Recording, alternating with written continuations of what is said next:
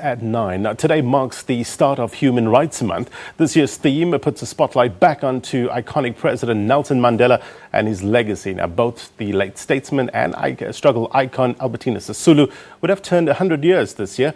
Joining us tonight from our Durban studio is Minister of Arts and Culture, Nathi Mthethwa. Minister, thank you very much indeed for joining us. Now, these are indeed key figures who are being recognized this year. What's the significance? Well, the significance is that they've always been the symbol of social progress, of social justice against all sorts of oppressive laws in our country. As you know, that we come from a very difficult past. They are being there as two icons of our struggle. Underline the point, but you would know that long before they were born, that the human rights violation in this country against the majority of the people, African people, was the order of the day. Now, this time around, we are saying that it's the year of Nelson Mandela. We need to promote and deepen a culture of human rights in society as a whole. We have a long history on that, even in the recent past. If you talk of how the children in Soweto were butchered by the apartheid regime, how Biko was killed, and many others, including the Mqenges, and hundreds and thousands of South Africans. It's important that we emphasize that this time around, a culture of human rights has to form part of the DNA of South Africa going forward. Minister, you speak about our long history, our painful history. We're 24 years into democracy. What human rights issues in South Africa concerns you the most, though? Well, that perennial problem of what W.E.B. Du Bois call it the problem of color line, the race issue in South Africa, still rears its ugly head from time to time. What becomes important in a society like ours is to know exactly what we stand for.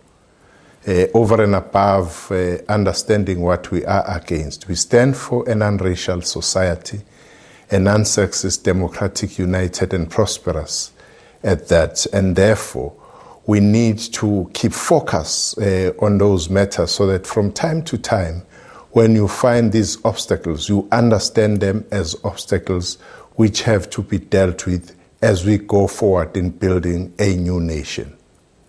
Minister, I'm sure it's going to be a pretty busy month, the month of March. What is the department doing throughout Human Rights Month? Well, it's a number of things. One of the things we said, which we need to ensure that our people do not forget, amongst the leaders who suffered in the hands of apartheid regime, 2 days ago, we commemorated his legacy. That is Professor Robert Mangaliso Sobukwe. Who, like many, like Madiba and many others, dedicated their lives to ensure that South Africans are better people and they are part and parcel of the citizens of the world. So there are a number of activities which we are going to be engaging in. Some of them involve, as we did last year, focusing on youth.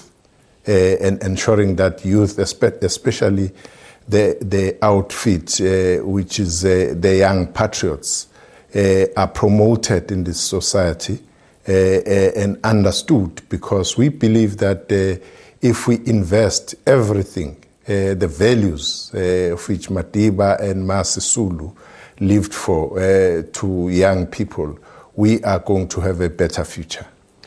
Minister, you touched on a very important segment of society, the youth. And I'm sure, Human Rights Month is a chance to observe this and to educate people, but I'm sure you don't want to limit it to just 1 month, isn't it?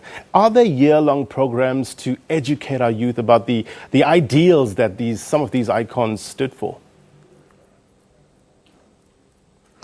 Well, as you know that this year, Madiba and Ma Sisulu would have turned 100 had they lived. We look at each month in a thematic fashion. This month we look at them, at these icons, from a prism of human rights activists, which they were. Would be looking next month their contribution in ensuring that workers' rights are protected, are championed, and their role in the following month, their role on youth development, and so on it goes. So therefore, we are going to have a year-long focus working with other organizations like the Nelson Mandela Foundation and so on.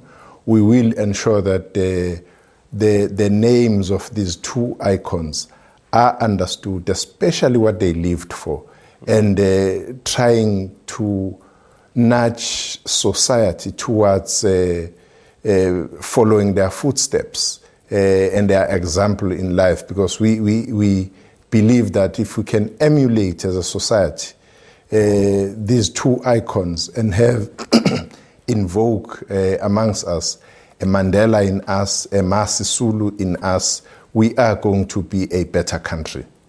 Minister, I'm afraid that's all time we have for Minister of Arts and Culture, Nathi Mthethwa. Thank you very much indeed for your time. It's 17 minutes past 9. Let's take a bit of a break. We'll be back after this. Stay with us.